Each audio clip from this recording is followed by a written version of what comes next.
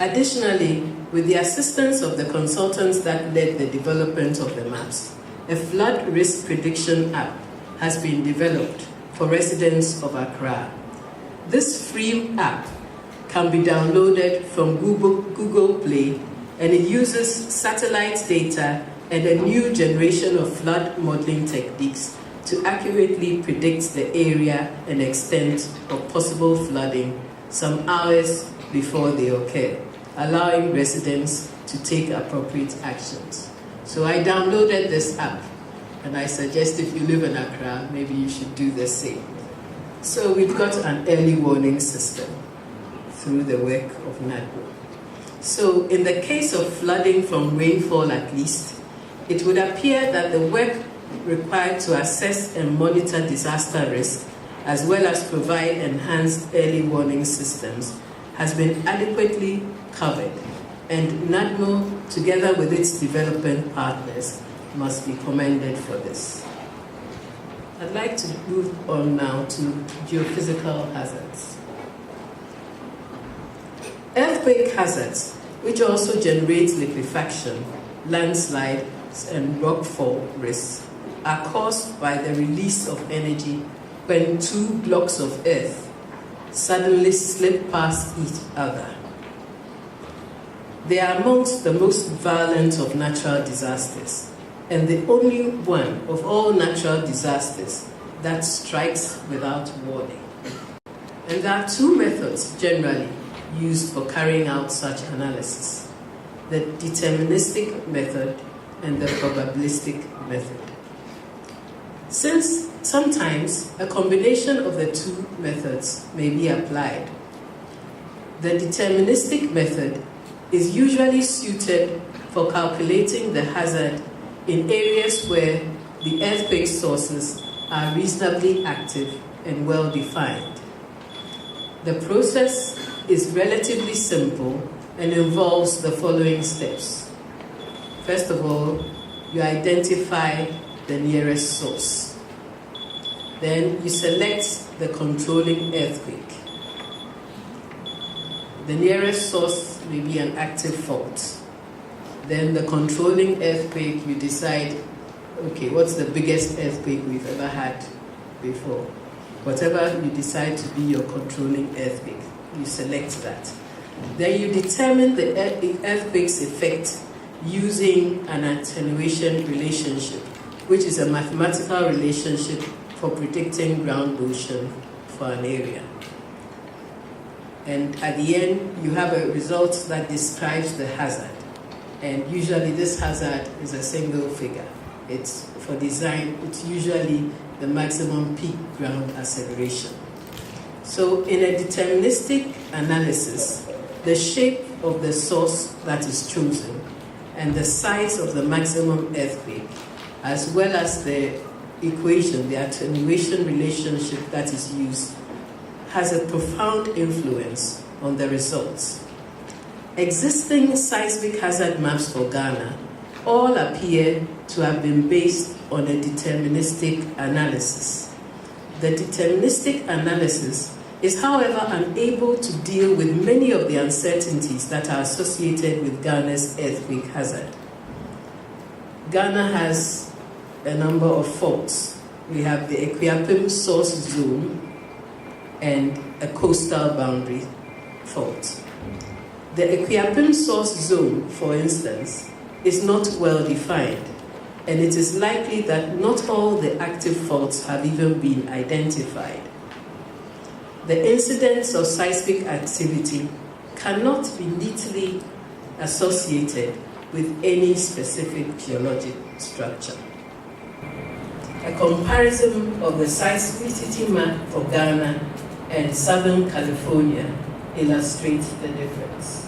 So if you look at the two maps, we actually have the Equiapem source going from Accra up to. Looking at the two maps, you see that the Equiapem source zone is made up of a series of lines in different directions. The red dots represent our seismicity. and you can't associate any of those dots to any particular line. The dots are all over the place. And so it's not easy to say that particular seismic activity came from this particular fault. But when you look at the map for Southern California, in fact, the dots are so close to the line that some of them are just over the line. So in Southern California, they can use a deterministic method. Their seismicity is well associated with their faults, and so they know what generates each action of seismicity. Furthermore, there's also some uncertainty surrounding the maximum possible earthquake that might occur in Ghana. Our earthquake record only extends back to 1615, but for regions like Ghana with a very low level of seismic activity, several more centuries of recording will be required to determine if we can have a bigger earthquake or not. Deterministic methods, therefore, do not appear to be suitable for predicting Ghana's seismic hazard. Additionally, the method tends to be very conservative, resulting in more expensive structures. This must be of concern to a developing country like Ghana, where the judicious use of scarce resources must be paramount. The alternative method of analysis, which is the probabilistic seismic hazard analysis, estimates the probability that various levels of seismic ground motions will be exceeded at a given location in a given future time period. All earthquake sources that are capable of producing damaging ground motions are included in the source model. Also, all possible future ground motions from these earthquakes are included in a probability of exceedance calculation. The result is a distribution of ground motion with a selected percentage chance of being exceeded within a specified period. The percentage and time period will normally reflect what is considered to be an acceptably small probability of being exceeded. Typically, in building codes, the percentage would be 10% and the time period 50 years. Thus, many buildings around the world are designed for ground motions that have a 10% probability of being exceeded within a 50-year time scale. This probability of exceedance may not, however, be suitable for all purposes. Thus, the US Geological Survey, for example, has produced maps with 2%, 5%, and 10% probability of exceedance for use in circumstances that dictate a higher standard. So what this means, for example, is that if you were designing a tailings dam, mining tailings dam, you may decide, you may feel that 10% probability of a damaging ground motion being exceeded is not good enough. It's not good enough odds for you, and therefore you want maybe a 2% probability of the ground motion being exceeded within the 50-year time period. If, to put it another way, what you are assessing here is the effect that that possible earthquake would have on you or your building or your assets. And so you are assessing the risk, for example, of a ground motion that will damage your building so badly that it will have to be repaired, not just repaired, possibly you would have to build a new one, but you may not die. So typically in building codes, we design for life safety. So when you have your building designed according to a building code, what it means is that it doesn't mean that your building may not be damaged. It may mean that your building will be damaged in such a manner that it won't kill you. You will still be able to come out of that building. And that level of probability may not suit everybody. But with the probabilistic seismic hazard analysis, you are able to say that this is the probability of this happening to you. Whereas with the deterministic seismic hazard analysis, you come out with just one figure that says that this you may experience a 0.25 G motion or so. So it just tells you the level of ground shaking you may experience, but it doesn't give you the probability that that ground motion can happen. So conducting a probabilistic seismic hazard analysis for Ghana will involve obtaining all the data available on Ghana and integrating this with the opinions of experts.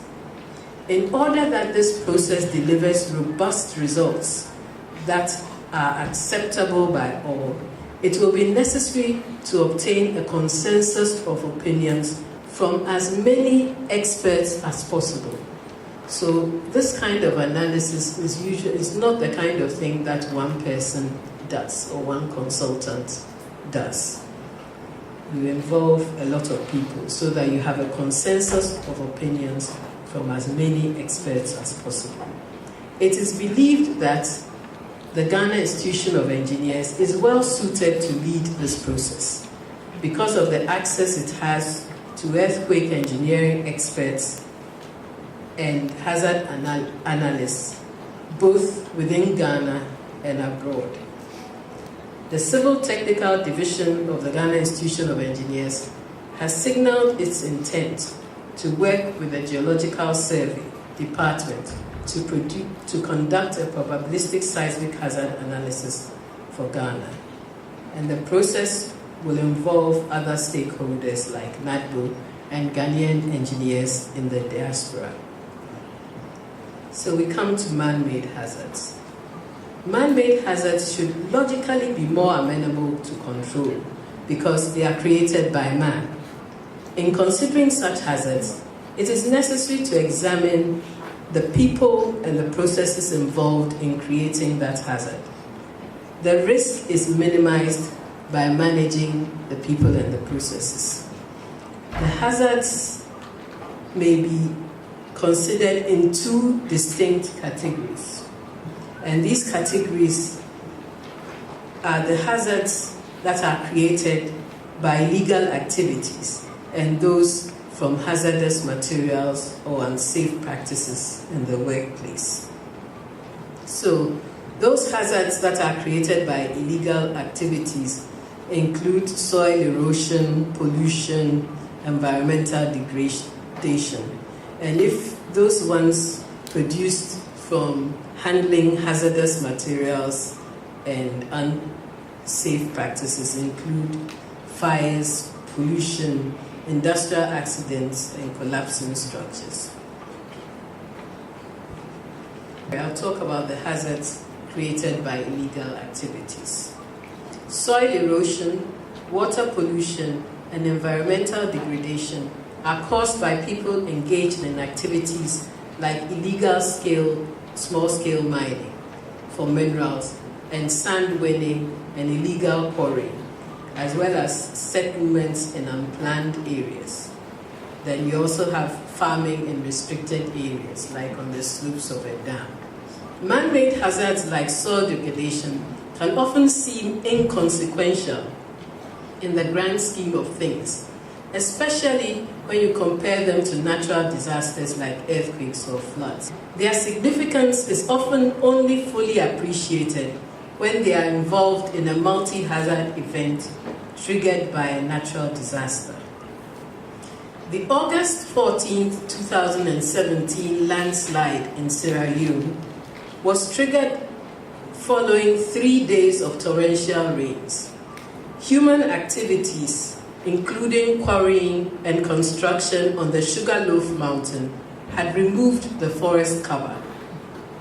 The circumstances that led to the Sierra Leonean situation are not different from what is happening today in Ghana, around the Kaswa toll booth and Ablekuma, NIC, Ofanko, and so on, all in the Greater Accra region. And according to NADMO, there are also threats of landslides in all the regions of Ghana, except the 3 northern regions. The issue of illegal small-scale mining was discussed at a forum held by the GHIE for stakeholders, and we made detailed recommendations and identified the problems and proposed solutions. The general principles will hold true for other illegal activities, like the quarrying and so on that I've mentioned.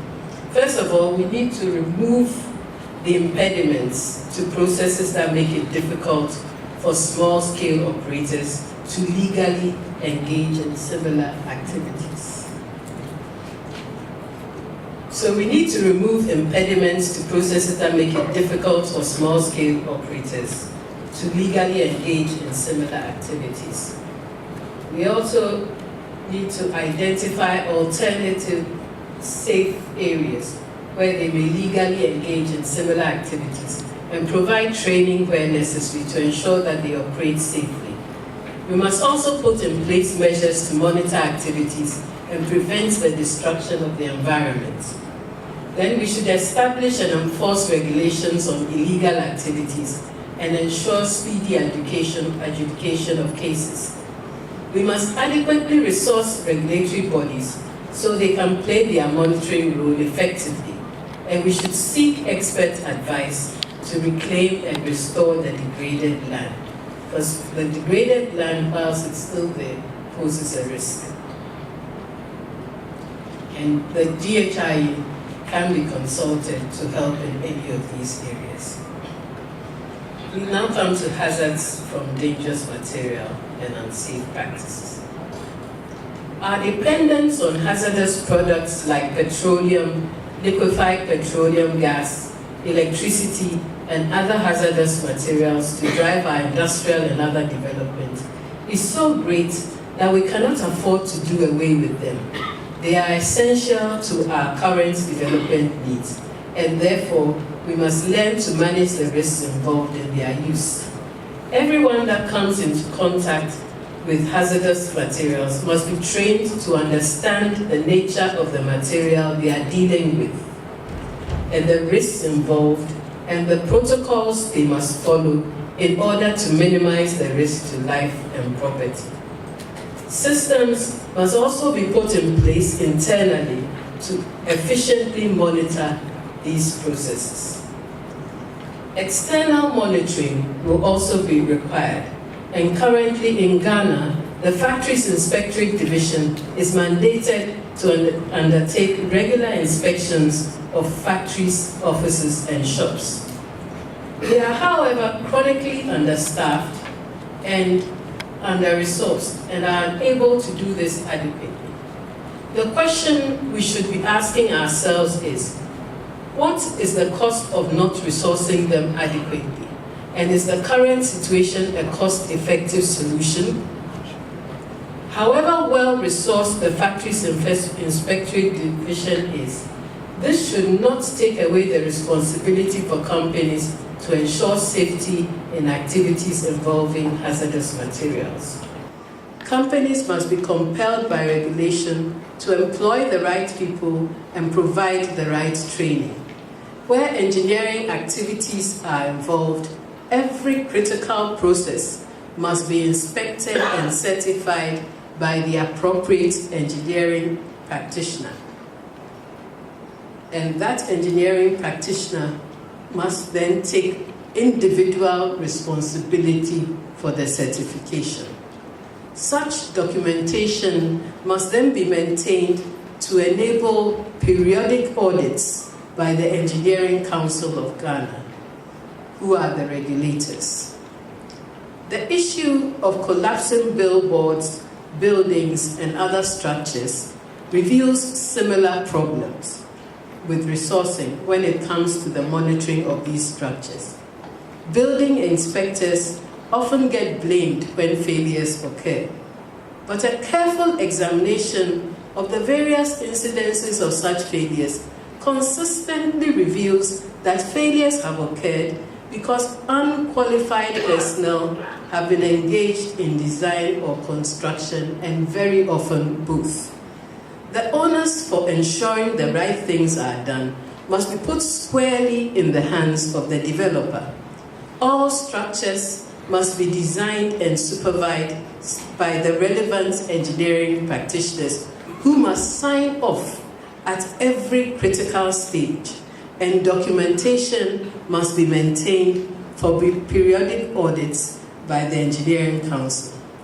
Thus, for example, in a building, when you've exposed your foundations, an engineering practitioner, the relevant engineering practitioner, must inspect and certify before you continue. In the submission of drawings and reports, we must apply the technology that is available to us. Discussions should be held with the city authorities so that reports and drawings required for permitting purposes are able to be submitted in digital format directly to the city authorities by the certified engineering practitioners that prepare them. And then they must also digitally sign off to reduce the risk of fraud. At the moment, we have situations in which reports can be taken, photocopied, and the signature part photocopied and applied to other buildings. And that is why I'm suggesting this.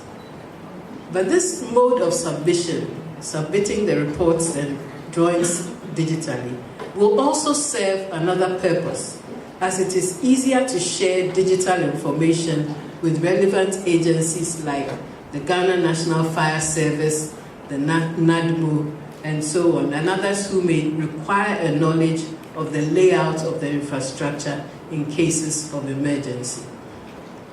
I propose that certificates of occupancy are prominently displayed at the entrance to all buildings meant for public use. The public can then be educated to look out for such certificates before entering a public building. Anyone constructing a building for public use without using appropriate personnel should find that it becomes virtually impossible to rent out that building to anyone. It is hoped that the desire to rent out public buildings will make this a self-regulating process. For existing public buildings, the certificate of occupancy can be based on structural integrity assessments done in accordance with predetermined guidelines, which can be prepared by the Ghana Institute of Engineers. Buildings for public use must also be audited periodically to ensure that they are being used in the manner that is consistent with the loads for which they have been designed. We have witnessed buildings that were designed as residential buildings becoming places of worship and so on. And they all require different loads when it comes to design. So in conclusion, Engineer Chairman, Ghana is a developing country that is trying to enter the ranks of a developed country. But Ghana faces a dilemma. It has a growing population and must make considerable investments in its infrastructure. It is also faced with hazards, both natural and man-made, which have the potential to derail its development. So it must invest in making its infrastructure safe. Ghana must therefore properly assess its risks, and there are tools that can help in this assessment process. It would appear that with regards to floods, a lot has been done. Disaster risk maps have been produced by NADGO with the support of its developing partners. And there's a free app that is also available for residents of Accra, which predicts possible flooding hours before they occur. But when it comes to earthquakes, the disaster risk is still uncertain. Whilst we seem to have a low seismic hazard, we may still carry a high risk because of our vulnerabilities and exposure to the hazard. It is proposed that a probabilistic seismic hazard analysis is carried out for Ghana, which will assess our risk in a manner that is useful for decision making. We can then make informed decisions about how much to invest in mitigating our seismic risk as opposed to new infrastructure. And we call on all stakeholders to support the GHIE as it seeks to lead the effort to carry out a probabilistic seismic hazard analysis for Ghana. In the case of man-made disasters, we need to move quickly to integrate quality management procedures into our regulatory frameworks. We must also recognize that man-made hazards have the potential to be involved in multi-hazard events with devastating consequences. So, Engineer Chairman,